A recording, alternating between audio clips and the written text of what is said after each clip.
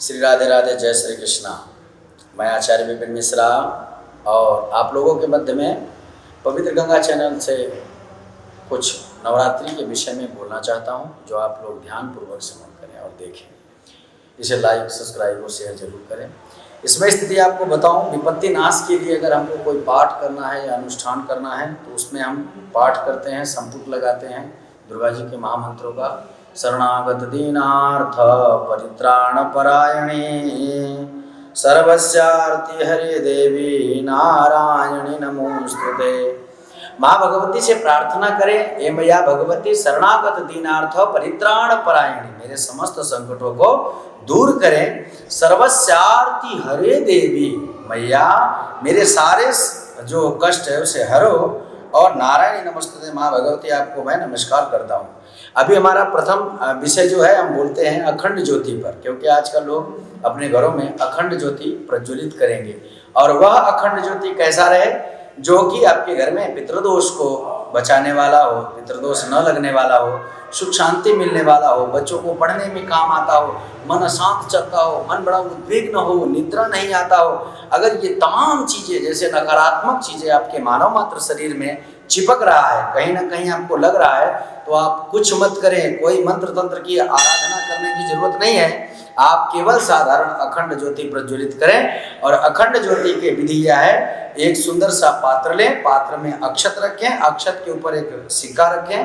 राजकीय मुद्रा अनिवार्य है, लक्ष्मी पर्यंत होना चाहिए। और सिक्का रखने के बाद उसमें पात्र रखें। पात्र में आपको विशेष चिंता करने का कोई जरूरत नहीं है। पात्र कैसा हो, या तो कोई कांसे का पात्र हो जो अखंड ज्योति आकार से बाजार में मिल जाता है, या तो मिट्टी का शुद्ध पात्र हो। मिट्टी के शुद्ध पात्र को धुल लेना है। धुलने के बाद उसको हमें गैस में तपा देना है, या तो उसे कुछ देर के लिए बाहर रख के सुखा लेना है। और एक सुंदर सी बत्ती बनाना है जो शुद्ध होनी चाहिए, या तो कपास की रुई की होनी चाहिए, या तो कच्चे सूत की होनी चाहिए। किसी कन्या का हाथ स्पर्श करके अच्छी बत्ती बनाएं। माँ भगवती के चरणों से लेकर के नख से शीश तक ध्यान करते हुए बत्ती का निर्माण करें। और फिर उस ज्योत को दीवे के अंदर रखें, उसमें घी से पूरित करें। घी की सामर्थ्यता नहीं है तो फिर क्या करना है आपको, तिल के तेल को प्रज्वलित करके, तिल के तेल को डाल करके उसमें ध्यान करें, ध्यान दें। नवरात्रि में सरसों का तेल का ज्योत मत जलाएं आप, तथा नवरात्रि में आपको या तो न सरसों का तेल का जलाएं और ना ही आपको ऐसा कोई अन्यत्र कोई तैल पदार्थ से दीपक प्रज्वलित करें। केवल घी और तिल के तेल से यूज करें।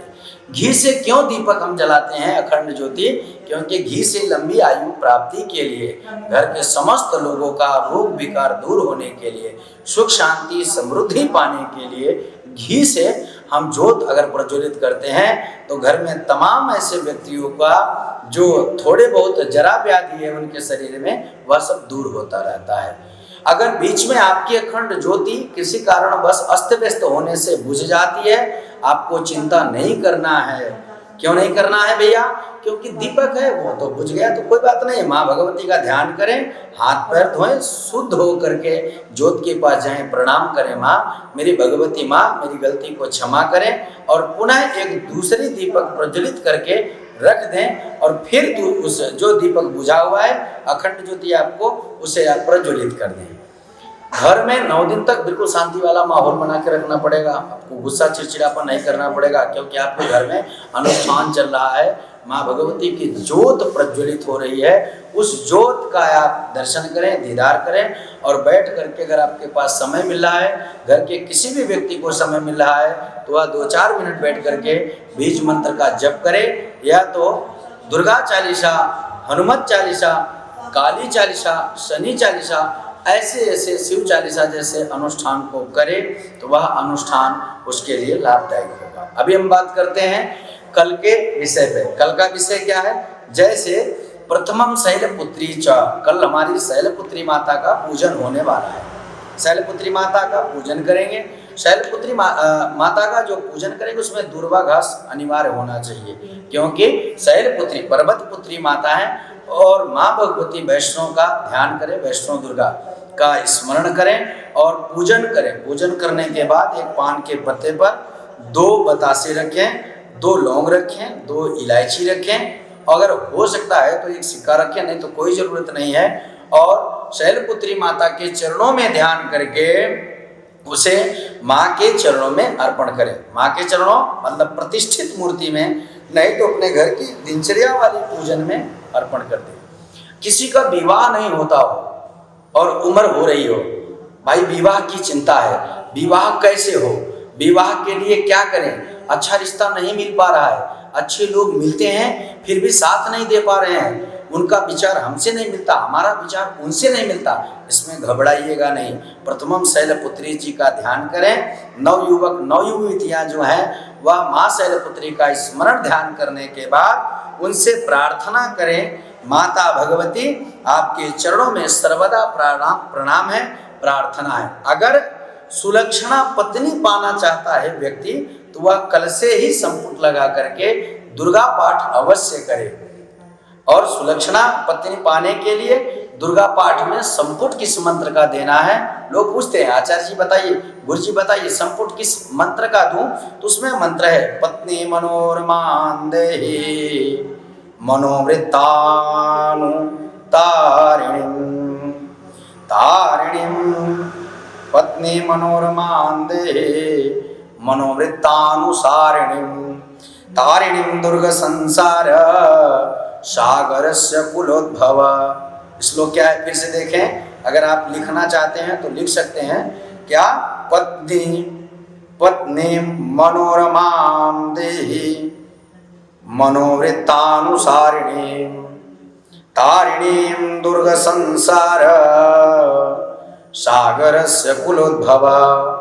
और ध्यान कैसा हो कि हे माँ भगवती मेरे जीवन साथी बड़ा अच्छा मिले, जो संपूर्ण परिवार के लिए लाभप्रद हो, संपूर्ण घर के लिए लाभप्रद हो और लक्ष्मी की तरह हो, मैं 2 पैसे कमाऊं तो उसमें भी बरकत हो, ऐसा ध्यान करके अगर वह पाठ करते हैं तो उनको सुंदर पत्नी मिलती है।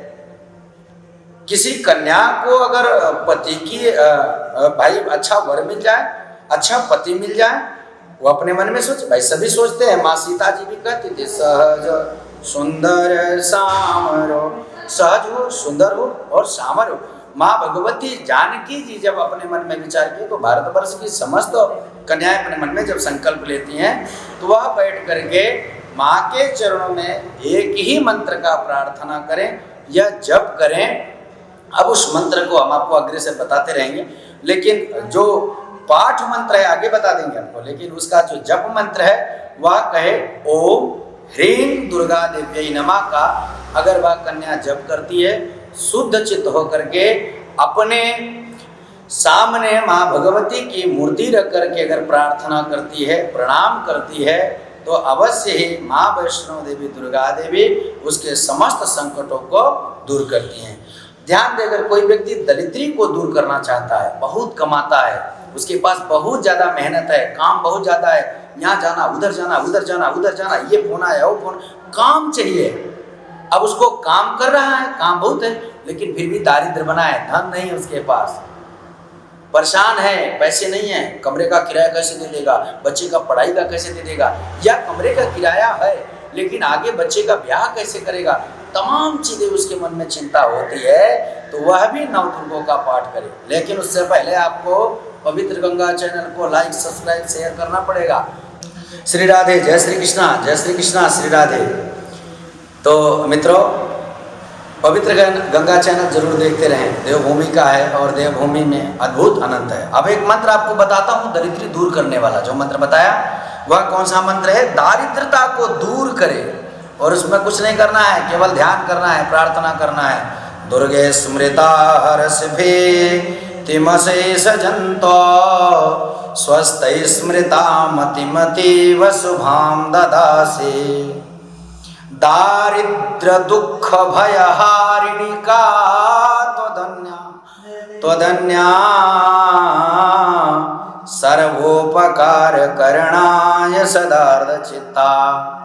पुनः सुन ले एक बार, क्या है, दारिद्रता दूर करने के लिए व्यक्ति विशेष को इस मंत्र का जप करना चाहिए। नवदुर्गों में दुर्गा पाठ के साथ साथ इस मंत्र को पढ़े। दुर्गे स्मृता हर्ष भीतिमशेष जंतो स्वस्थ स्मृता मति मति व शुभाम ददासी दारिद्र दुख भय ऋणिका त्वदन्या सर्वोपकार करणाय सदार्थ चित्ता।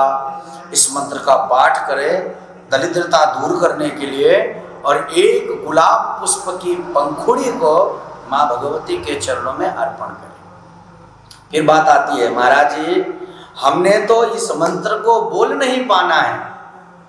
अब इस मंत्र, इतना बड़ा मंत्र हम कैसे बोलेंगे? हमने तो कभी मंत्र उच्चारण किया नहीं, संस्कृत भेद किया ही नहीं। तो उसमें क्या करना, उन्हें ये बोलना है, माँ मैं आपका स्मरण करता हूँ, मेरे समस्त संकटों को दूर करो, मुझे स्वस्थ रखो, स्मृति अच्छी दो, मति ठीक दो, और मेरे दारिद्र दुखों को दूर करो। और भैया एक बात बताऊं आपसे, एक माँ के पास 5 पुत्र हैं, और ध्यान है आपको 5 पुत्र हैं, 5 पुत्रों में 4 पुत्र सक्सेसफुल हैं। उनके जीवन में धन धान्य यश कीर्ति आयु बल बुद्धि ओज शक्ति सब कुछ है, और एक पुत्र विकलांग है, कुछ नहीं है, दरिद्र है। माँ कहती है देख मेरे बेटा एक बार मेरी शरण में आ जा, मैं नैया पार दूंगी। क्योंकि 4 शरण में कभी न कभी थे, और जो ज्यादा हठी होता है, जिद्दी होता है, वो दूर होता है। जब वो माँ के शरण में आता है तो माँ उसको हृदय से लगाती है। एक मंत्र फिर से बताओ आपको, कुपुत्रो जायेता क्वचिदपि कुमाता न भवति। पुत्र कुपुत्र हो जाए लेकिन माता कुमाता नहीं होती। और मेरे बंधुओं एक साधारण उपाय बताऊं, अभी अभी मेरे विचार में आया तथा ध्यान में आया। और जगन्नाथ के एक महात्मा कहते भी थे, सकल तीर्थ मातृ पितृ चरणे भद्रिका जी भी की करने। उड़िया लैंग्वेज की कोई कहावत कहते थे, सारा तीर्थ माता पिता के चरणों में है, कहीं जाने की जरूरत नहीं है। आप दुर्गा आराधना कर रहे हैं, अगर दुर्गा आराधना करने की आवश्यकता आपको नहीं समझ में आ रही कि मैं नहीं कर सकता हूँ, तो साधारण सी सेवा कर सकते हैं। जन्म देने वाली मैया को 9 दिन तक उसका आप सेवा करें, उसे सुबह शाम आप जो है उसके साथ रहें, उसके लिए आपने उसके मन पसंदीदा व्यंजन पूछे, उसको व्यंजन दें, उसके वस्त्राभूषण दें, और उसकी सेवा कर लीजिए। और उसकी सेवा करने के बाद प्रार्थना करें, दुर्गा माँ आपका स्वरूप मैं अपनी मैया में देख लिया हूँ, सो भी आपका संकट कटेगा, और तो भी आपका जीवन में धन धान्य कीर्ति प्राप्ति होगी, नकारात्मक चीज से दूर होंगे, सकारात्मक चीज अवश्य पाएंगे। इसके लिए आपको सर्वदा अपने माता पिता गुरु के चरणों में ध्यान करना चाहिए।